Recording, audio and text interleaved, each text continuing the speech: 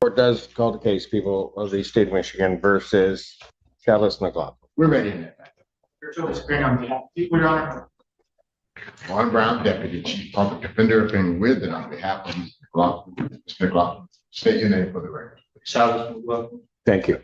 Before we even hear the first word spoken in this courtroom, understand this. This case sits at the intersection of intent, timing, and perception. We're dealing with a stolen vehicle, a police encounter that unfolds in seconds, and a moment where everything hinges on whether this was reckless escape or deliberate assault on a law enforcement officer. The defendant, Chalice McLaughlin, is facing serious allegations, and the stakes here are enormous. An officer claims he was struck by a moving vehicle. The defense is already setting the stage for a very different narrative, one focused on positioning, reaction time, and whether this incident was avoidable. As this preliminary examination unfolds, every detail matters. Distances measured in feet, decisions made in seconds, and commands given or possibly misunderstood under extreme pressure. Watch closely how the testimony builds. Who was where? Who moved first? And whether the facts line up with the conclusions being suggested. Because in cases like this, juries don't just decide what happened. They decide why it happened. And that distinction can mean the difference between years behind bars and reasonable doubt. Keep that in mind as we step into this courtroom. Date and time set for continuation of preliminary examination. Are you ready to proceed? We're ready to proceed. All right. We call your first witness. All right, let's call a total of 2 witnesses. My officer in charge, Deputy Bouvet, I'd asked to be present in court, and have Deputy Phillips test. All right. Very good. People will call Deputy Alex Phillips to the stand. All right. Please come forward. Please. Some swear from testimony but give the truth of J-O-E-X, Phillips, P-H-I-L-L-I-P-S. You may inquire. Thank you, Your Honor. And I know that we had kind of started, but I feel like I was only a handful of questions, and I'm basically just going to start from the top. That's okay. Because I couldn't tell you where I left. Okay. Sir, how are you currently employed? Currently employed with the Washington County Sheriff's Office. And what is your responsibilities with the Washington County Sheriff's Office? Road Patrol Washington. And where are you assigned to road patrol? Ypsilanti Township. Were you working in that capacity back on April the 15th of this year, 2025? I was. Directing your attention to around in the morning hours on that date, had you received any sort of dispatch regarding a potential stolen vehicle? Yes. Okay, and can you tell the court about the nature of that dispatch? We were dispatched to the hotel located at 1275 South Huron Street for a report of a stolen vehicle. Deputy Bouvet and I made contact with the owner who advised that her gray Ford Explorer had been stolen sometime throughout the night. This is the foundation of the entire case. Everything that follows stems from this initial report of a stolen vehicle. Notice how clean and procedural this part is. No controversy yet. A vehicle reported stolen from a hotel, identified by the owner, and entered into law enforcement systems as stolen. Legally, once that entry is made, officers are authorized to locate and stop the vehicle. That matters later when the defense challenges the intensity of the police response. From a legal standpoint, officers aren't guessing here. They're acting on confirmed information. But here's the nuance. Being authorized to stop a vehicle does not automatically justify how that stop is conducted. That distinction will become critical. Ask yourself this as the testimony continues. Was the response proportional to the threat known at the time? We saw when Meseverintiks Saimar, or did the situation escalate faster than it needed to? Because stolen vehicle cases happen every day, but they don't usually end with an officer being struck. The prosecution wants you focused on the legitimacy of the stop. The defense wants you focused on what happens after that legitimacy is established. Okay, and that hotel, do you recall like the brand? I believe it was the Marriott. Okay. Based on this information that you received from the person who owned this vehicle and reported it stolen, what did you do next? We entered the vehicle and NCIC is stolen. Deputy Bouvet was getting updates on the vehicle's location from the Ford Pass or the Ford application that I was tracking the vehicle. Okay. And at some point, did you and Deputy Bouvet travel someplace in Ypsilanti Township to attempt to locate the stolen vehicle? Yes. Okay. Where did you go? The vehicle was showing in the area of Brook Tree Court and Woodland in the Westville neighborhood. Okay, this is an area that you're familiar with? Yes, Okay. And you proceeded to this area of Brook Tree Court in the West Willow neighborhood in Ypsilanti Township? yes. Okay. What, if anything, did you observe when you arrived in that location? We entered into the cul-de-sac is on the east side of the road. When we entered in from the west side of the road, we observed a gray Ford Explorer face on the north side of the road facing westbound, so we could not see the plate. I was in the passenger seat, Deputy Bouvet was driving. We then drove closer to the vehicle to confirm that was the stolen vehicle. Upon getting closer, we observed that the vehicle was occupied. At this point, we believed it was a stolen and was paying right in that area, so we initiated our overhead lights to initiate a felony stop. Okay. This is the first real escalation point. The overhead lights signal authority, and they signal danger to whoever is inside that vehicle. From a legal perspective, activating lights transforms a situation from observation to enforcement. At that moment, the occupants are no longer just sitting in a parked vehicle. They are being detained. But here's where things get interesting. The officers still don't know who the driver is, only that the vehicle is stolen and occupied. That uncertainty is what the prosecution will use to justify what comes next. However, the defense will likely argue that overhead lights alone do not equal imminent threat. There's also a psychological element here. When people realize they're about to be stopped, especially in a cul-de-sac, their options narrow quickly. No exits, limited space, tension skyrockets. Ask yourself, once those lights came on, was there realistically a safe way for this encounter to end? Or did the geometry of that cul-de-sac already push everyone toward a collision of decisions? Thank you. And I'm just going to back you up a little bit. So you are the passenger in your vehicle. Yes, Okay. And I don't believe I asked you this. Are you and Deputy Bouvet in a marked or unmarked vehicle? Okay. This is a Ford Explorer? yes, So you are, I guess, face to face with this suspected stolen vehicle. Is that fair to say? yes, Okay, so you're looking at the front of that Explorer, hence you can't see the license plate. yes. Objection, lady. That's fair. I will rephrase that. Sustained. And you proceed in the area as you're attempting to verify the plate. You observe that the vehicle is occupied. Is that correct? Yes. Okay. How many people were in that vehicle? Initially, we could see the driver and a passenger. Shortly after turning our overhead lights and exiting the vehicle, two passengers exited the vehicle. Okay. So as you're approaching, you can observe at least two people, a driver and a passenger in the vehicle. Correct. Okay. I presumably Deputy Bouvet is driving the marked police vehicle that you are in. Is that correct? Yes. Okay. So that vehicle is stopped. You activate your overhead lights. Approximately how far is your patrol vehicle from the suspected stolen vehicle? I would say approximately 20 to 30 feet. Okay. After you activate your overhead lights, stop your vehicle approximately 20 to 30 feet away from the suspected stolen vehicle, what do you do next? We conducted essentially a modified felony stop. I unholstered my service weapon and pointed it at the vehicle, began to give the commands, which at this point, the two female passengers had exited the vehicle. This is one of the most consequential moments in the entire testimony.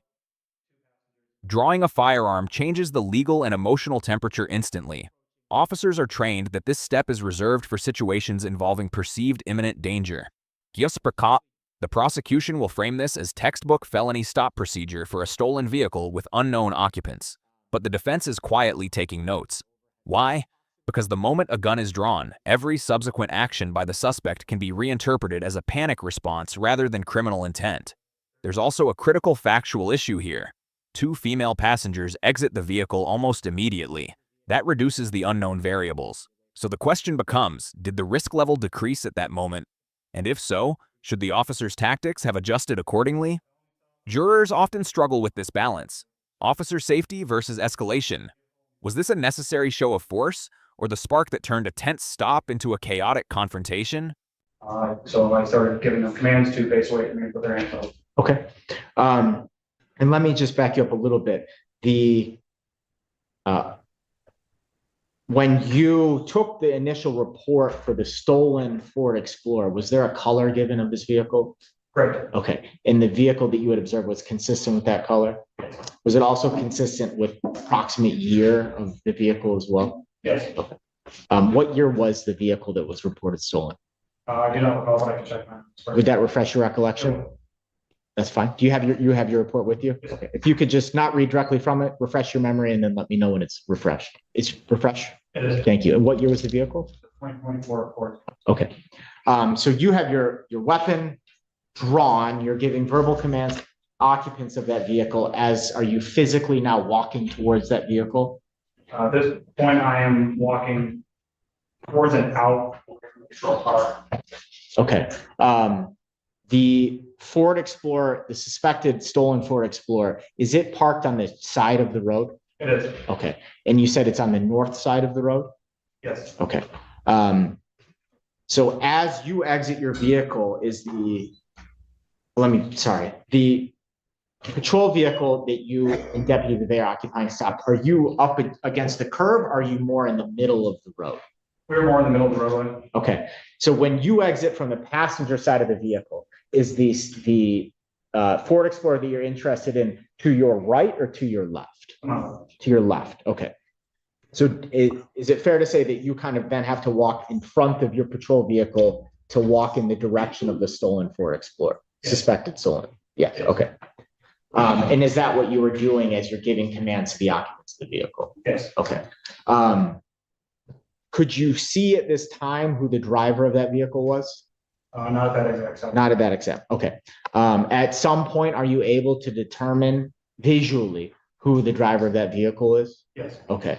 How far away were you from that vehicle when you're able to sufficiently see in the vehicle to make that identification?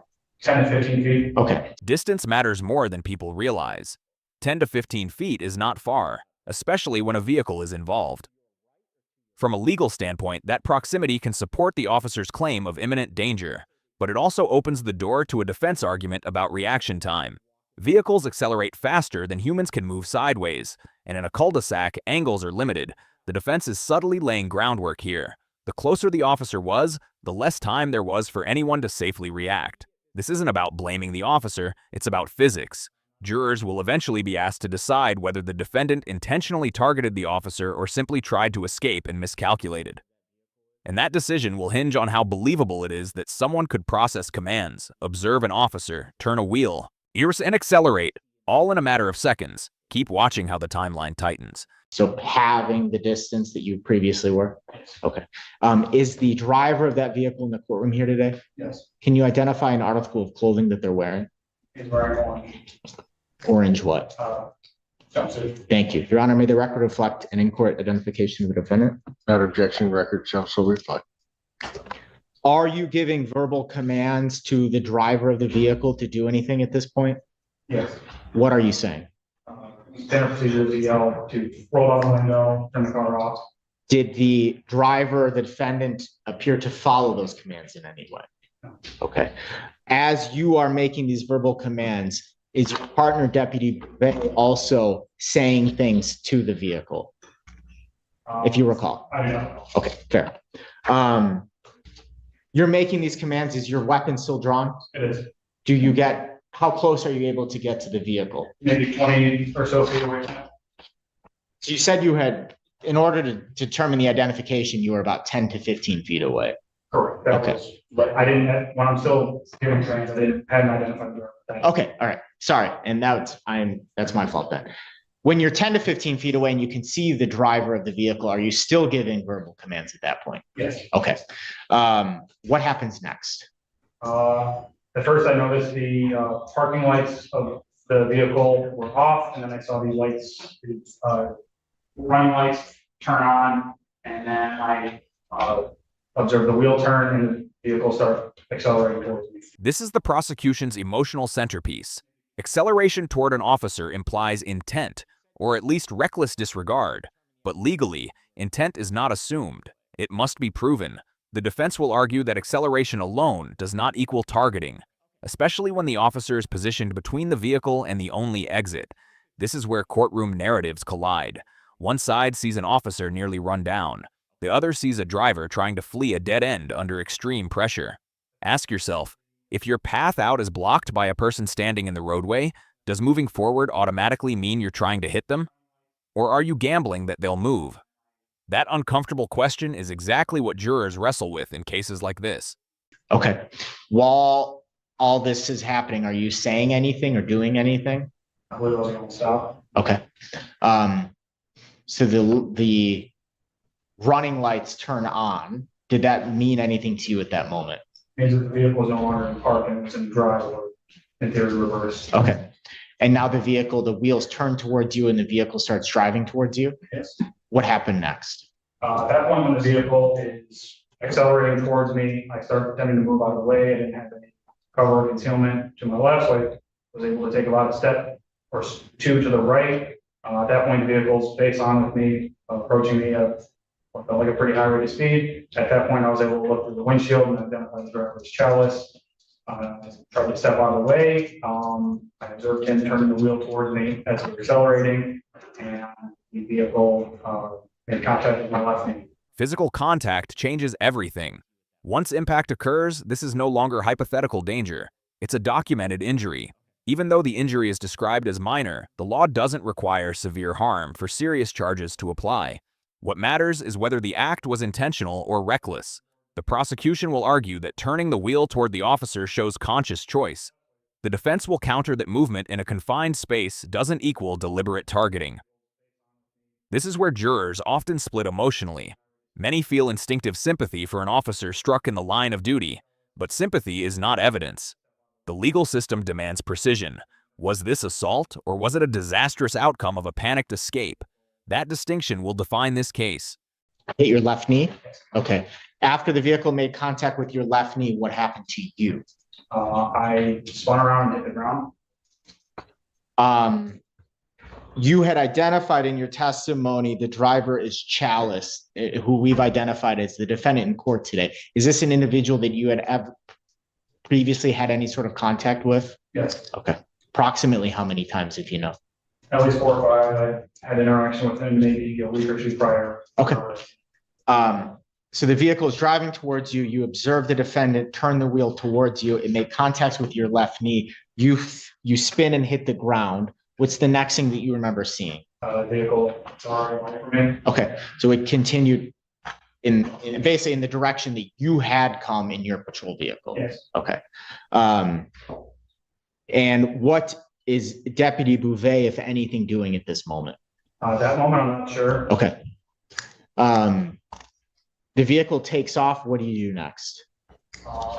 Run back to our patrol car while trying to radio. Dispatch. Okay.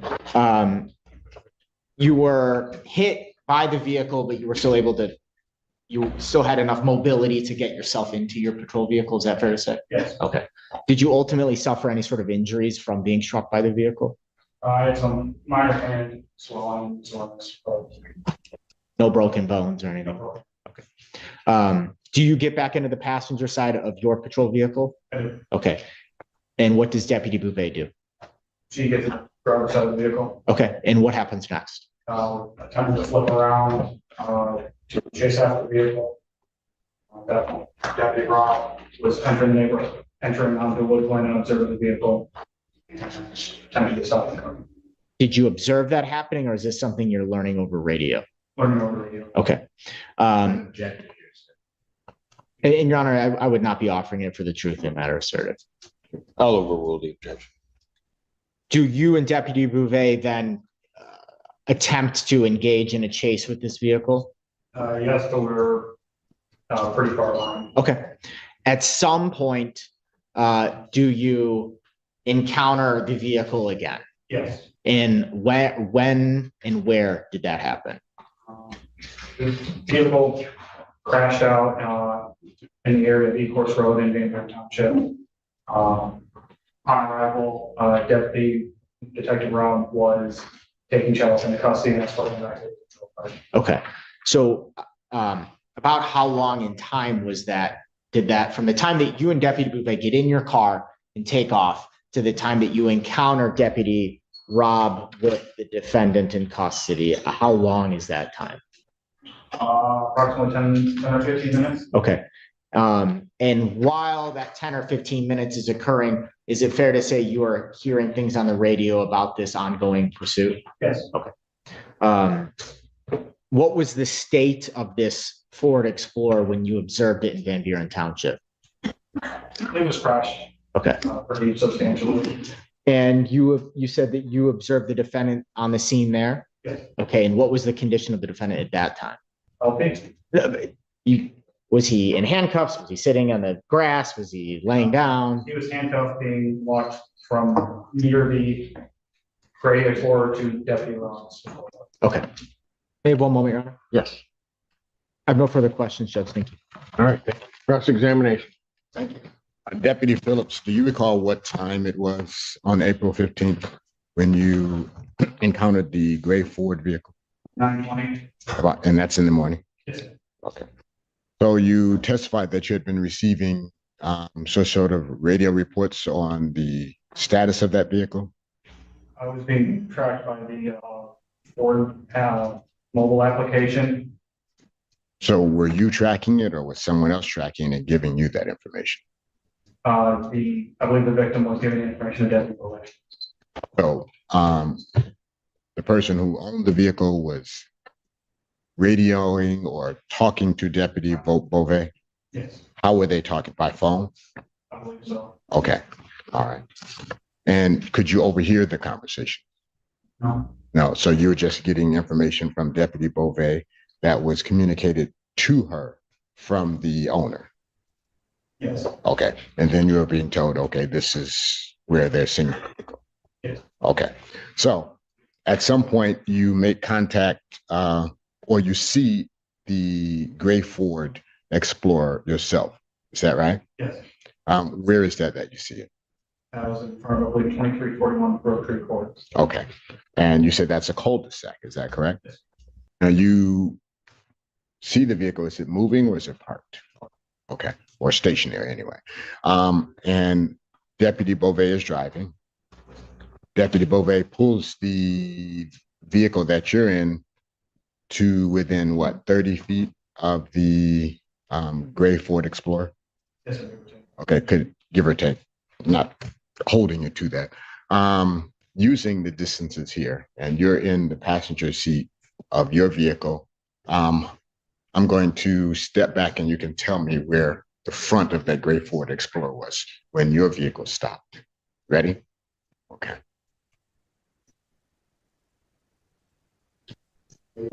Out here? Okay. And you're face to face with that vehicle, is that right? More or less, yeah. More or less. Maybe not directly head on, but at least face to face. Now, as you testified, it's a cul-de-sac, is that correct? Yes. And as you pull up, when you pull up, are your lights on already? No? Okay. So does your vehicle stop before you turn the lights on?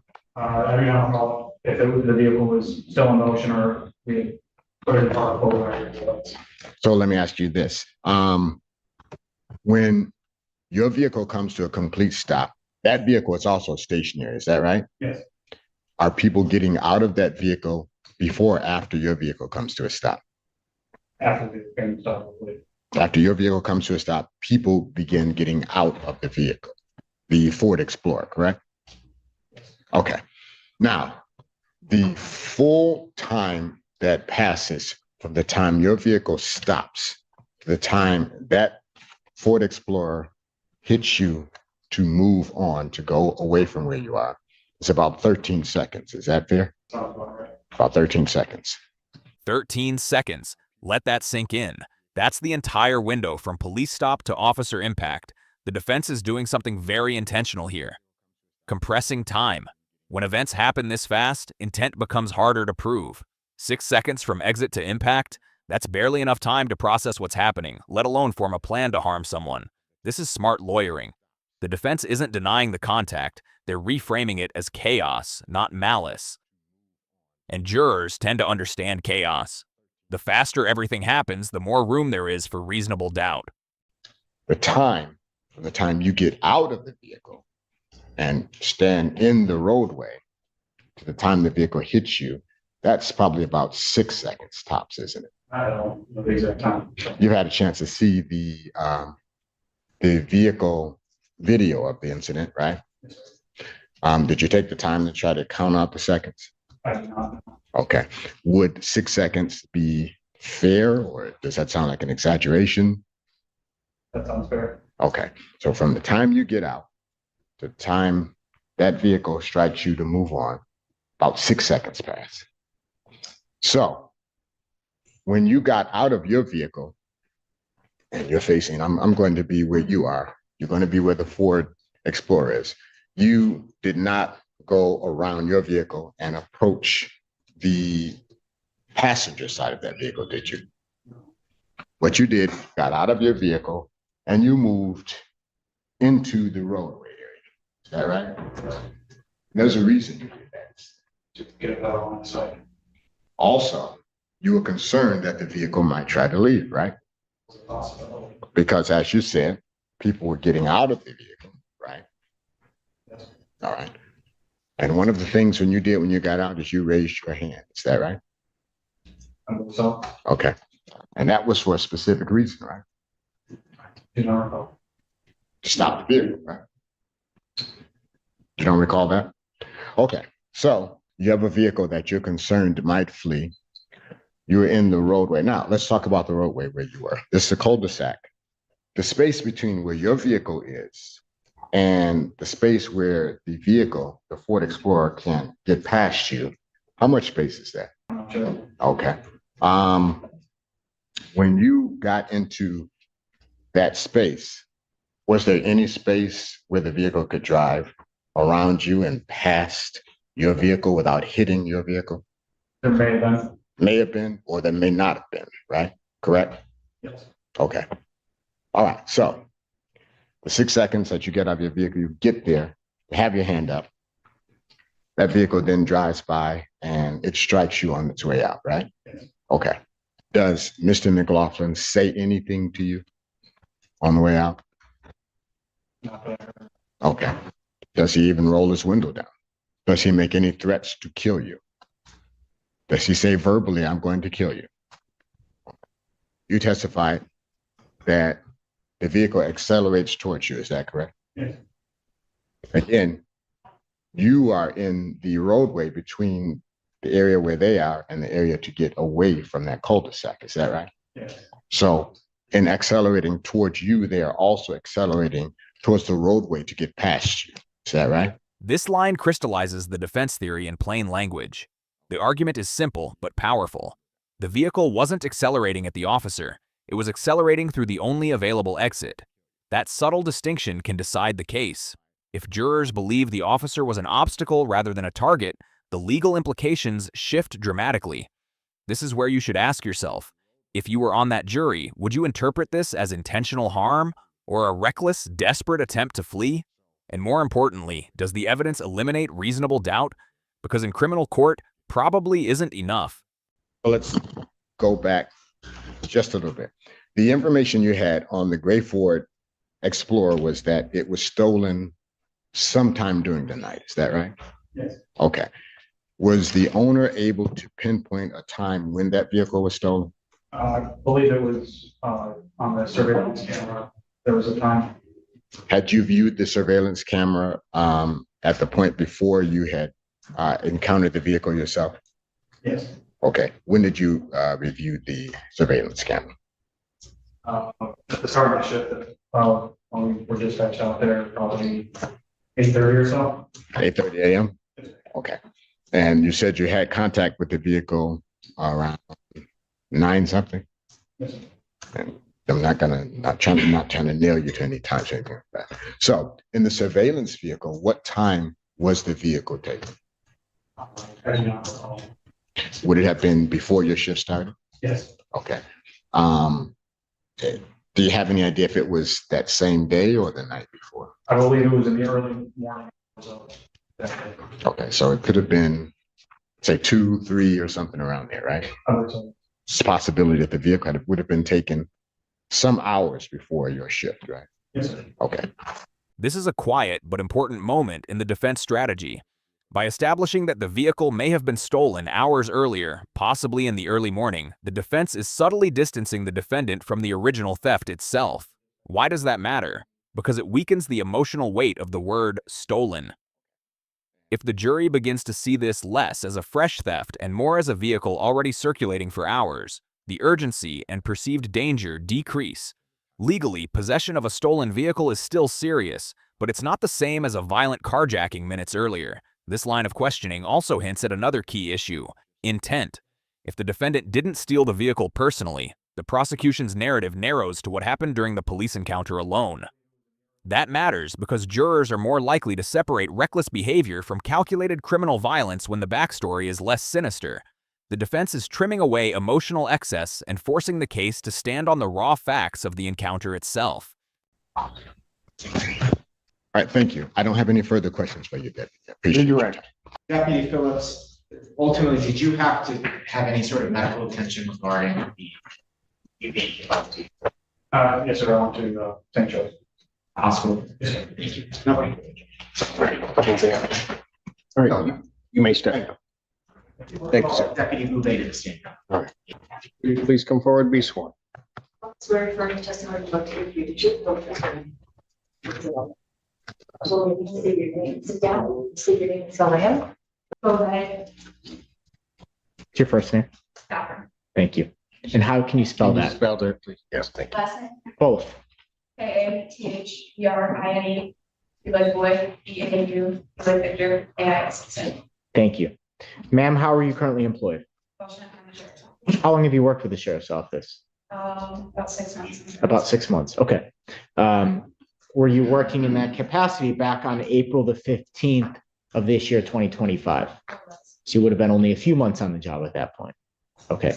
Were you assigned with a partner at that time? Yes. And who was that? Deputy.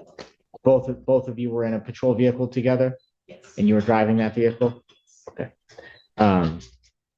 You were dispatched to the Marriott Hotel regarding a stolen vehicle? Yes. Tell me about what, if anything, you did when you arrived at the Marriott Hotel regarding that stolen vehicle. Upon arrival, we spoke with the owner of the vehicle who advised that her vehicle was taken sometime overnight. She explained it as the Great Ford Explorer. Okay. And was there some line of communication kept between you and this vehicle owner about the potential location of it based on this app that's associated with this Ford vehicle? Yes, I advised her, she showed me the Ford Pass app that she had, she could get updated locations. And I advised her if it moved, she got an update to contact dispatch. Okay. Technology plays a subtle but powerful role in this case. The Ford Pass app provides location data, but not intent, speed, or context. The prosecution relies on it to show officers were guided to the correct area. The defense, however, will note its limitations. GPS tracking can lag. It doesn't show whether a vehicle is moving or stationary in real time. It doesn't explain who is driving, and critically, it doesn't convey threat level. This matters because officers were acting on secondhand information relayed through multiple people: the vehicle owner, dispatch, then deputies. Each step introduces delay and interpretation. That doesn't invalidate the stop, but it complicates claims about immediacy and danger. Jurors may ask, were officers reacting to a live threat or tracking a location with incomplete context? The more layers added between source and action, the more room there is for misunderstanding. And misunderstanding is fertile ground for reasonable doubt. And is that in fact what happened? Okay. Based on the information you received from the vehicle owner, you and Deputy Phillips went to the West Willow neighborhood looking for this vehicle. Is that fair to say? Yes. Okay. Describe for the court, and obviously we've already heard the testimony from Deputy Phillips, but describe for the court what you did as you drove your patrol vehicle when you first observed this gray Ford Explorer. Before making it down the street, I advised that I was in the area, looking down side streets for the vehicle matching the description. I turned down with a Brooktree Court. We observed the vehicle matching the description, 2024 Great Ford Explorer, part of the street, and called out that we were out. Okay. Did you activate any emergency equipment on your vehicle? Deputy Phillips. Okay. What did he activate? The overhead lights. Okay. Did you exit your vehicle? Yes. Okay. What did you do when you exited the vehicle? I. did my service on it. Okay. Yeah. What commands were you given? So when we pulled up, I drew down our, and two things had popped up, so I was telling them to go see their hands, and they were walking towards us. They were walking towards us. This detail is easy to overlook, but it's significant. 2 female passengers exit the vehicle and walk toward officers. That's compliance, not resistance. From a tactical standpoint, that changes the dynamic of the stop. The immediate unknowns decrease. The threat profile narrows. The defense will argue that this was the moment when the situation could have de-escalated. Instead, attention shifts back to the driver, who remains inside the vehicle. Jurors will have to weigh whether officers adjusted appropriately to changing circumstances. The law doesn't require perfection from police, but it does consider reasonableness. Once compliance begins, the justification for high-risk tactics becomes harder to sustain. This isn't an accusation, it's a question. And trials often turn on unanswered questions rather than definitive answers. Deputy Phillips. Thank you. The vehicle, are you walking kind of straight towards the vehicle at this point, based on where it is parked and where you park your patrol vehicle? Yes. Okay. And you still have your service weapon drawn Yes, I was at the low ready. at the low ready. Okay, so you're not pointing it straight out, but it's down kind of towards the ground. Thank you. You're continuing to walk towards the vehicle and give verbal commands? As soon as the females had stepped out, I gave verbal commands and stopped walking as they were approaching. Oh. Okay. Is it fair to say at that point you were focused on the females? Yes. Okay. Did they walk towards you? One got out from the passenger side and walked towards Deputy Phillips, and the one from the passenger front seat. I got down and walked. Okay. After these 2 females exited the vehicle, could you see if there were any other occupants of this Ford Explorer? How many and where were they seated, if you remember? One, they were in the driver's seat. Okay. Were you able to get a visual of the individual who was in the driver's seat of this Ford Explorer? Okay. While this is happening, you're continuing to give commands to the individuals exiting the vehicle. Is that fair to say? Okay. What happens next? The driver had thrown, the lights came on when, so the females had exited, the driver had turned the lights on and the vehicle then started to move. Okay. What, if anything, are you saying while that's happening? Okay. You observed the vehicle. What did you observe the vehicle do after it started to move? It started moving and started driving towards Deputy Phillips. Okay. Here we hear the same moment from a second perspective, and that consistency matters. Both deputies describe the vehicle moving toward Phillips. That corroboration strengthens the prosecution's case on basic facts. But notice what's still missing. Verbal threats, horn use, sudden swerving, or acceleration sounds described in detail. The testimony remains factual, restrained. The defense benefits from that restraint. Because while movement toward an officer is serious, the absence of overt aggression leaves room for interpretation. Was this an attack or an escape attempt gone wrong? Jurors often pay close attention to what isn't said. And here, what isn't described may be just as important as what is. And what did you observe happen next? Deputy Phillips was standing there, vehicle drove towards Deputy Phillips, tried to step out of the way, and step out. Okay. I imagine this happened pretty quickly. Is that fair to say? Okay. During the time that you see the lights go on, the vehicle starts moving and it makes contact to Deputy Phillips. Do you have time to really do anything other than watch this happen? Okay. Do you attempt to use your radio in any way to ask for backup, help, anything like that? Once we got out of the car. Okay. So you observe the vehicle hit your partner, Deputy Phillips. Then what did you observe the vehicle do after that? It continued to drive off. Okay. The way that we came. What did you do next? I asked my partner if he was okay, we got back in the car and called out that he had just been hit by a car. And we attempted to drive around. Okay, so then you are driving the vehicle and you're attempting to get involved in the chase of this Ford Explorer. Okay, and we heard from Deputy Phillips, but you eventually encounter the vehicle now involved in some sort of crash in Van Buren Township. Yes. And that was about 10, 15 minutes later. Okay. At that point, were you able to make any determinations regarding whether or not the vehicle ultimately found in Van Buren Township was the same vehicle that had been reported stolen from the Marriott that morning? Yes. Okay. And that was the same vehicle? Yes. Okay. Over.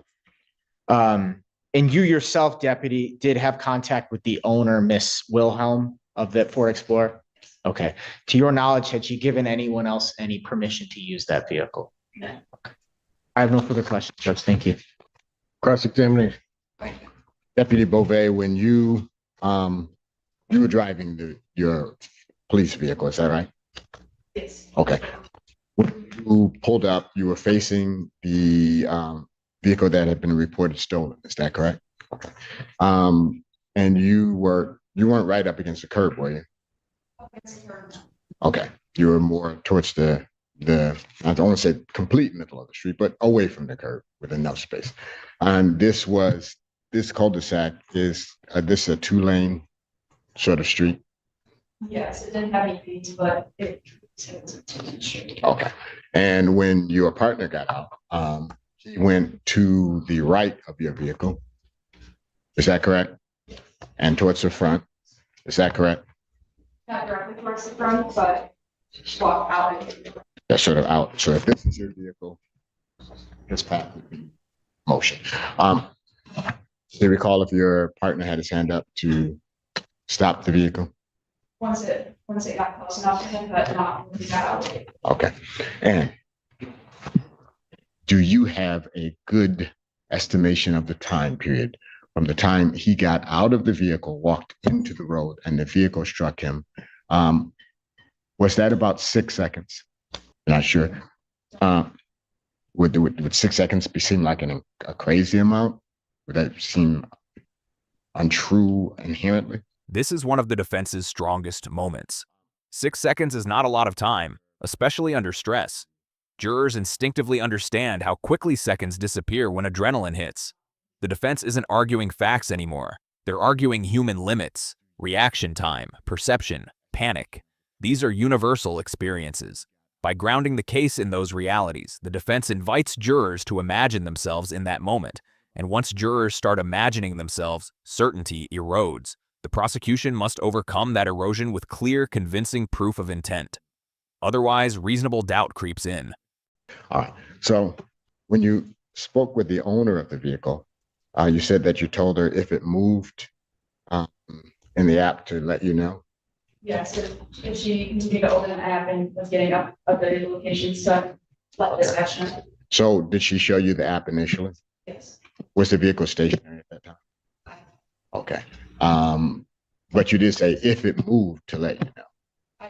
If she was continually checking the app and there was a different location. So there was a location established? There was a location established when she showed you the app? Yes. Okay. And you don't have any idea whether it was stationary in that location or moving around in that location? Do you recall initially where that location was? When she showed me the app? Yes. I believe it was in Wayne. In Wayne. Okay. All right. Do you know if there were keys in the vehicle? She did not have the keys while I was talking to her. Okay. So I'm asking of your personal knowledge. Do you know if there were keys in the vehicle, of your personal knowledge? On her person? No, in the vehicle. In the vehicle? Yes. Not sure. Don't know. So you don't know if Mr. McLaughlin had keys or not, do you? Okay. Well, thank you very much, Deputy. I don't have any further questions. Can you redirect? No redirect, Your Honor. Thank All you. right, thank you. Thank you, Jeff. Mr. Brown and I approached the bench very. You may.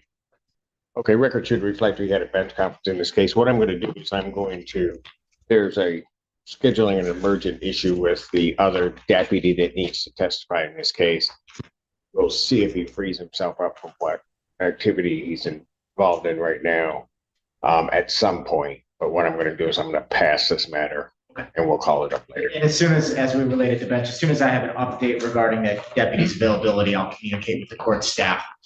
All right, very good. All right. So it's called the case of the People versus McLaughlin. Andrew Childers is appearing on behalf of people. We're ready. All right, although we were trying to avoid adjourning, my understanding is the circumstance which the officers involved in is a much more serious one than. Right, and in fact, another deputy just left because they're requiring extra assistance. Just so the record's clear, that the deputy, Rob, who's involved in this case, is on the SWAT team. They are currently dispatched to some sort of barricaded gunman situation, and that situation has not cleared, so. This procedural pause might seem mundane, but it subtly reinforces the seriousness of law enforcement duties and unpredictability. Officers are pulled in multiple directions, sometimes simultaneously. The court acknowledges real-world chaos beyond this case. That context can cut both ways. It underscores the risks officers face daily, but it also highlights how rapidly situations evolve, often without ideal conditions. Jurors may see this and think, nothing here was clean or controlled. And again, chaos favors doubt. So, did our best. We could try anyway. So preliminary examination in this matter will be continued 17th at noon.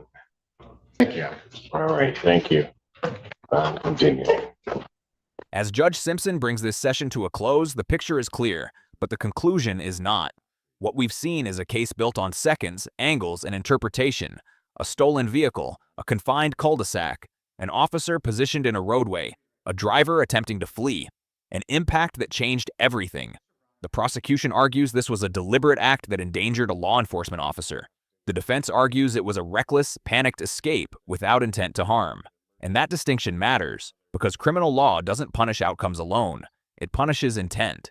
As this case continues, the court will weigh whether the evidence proves intent beyond reasonable doubt or whether uncertainty remains. That's the heart of justice. If you found this case as shocking as we did, make sure to hit that like button. Yeah, share your thoughts in the comments, and don't forget to subscribe for more jaw-dropping courtroom breakdowns.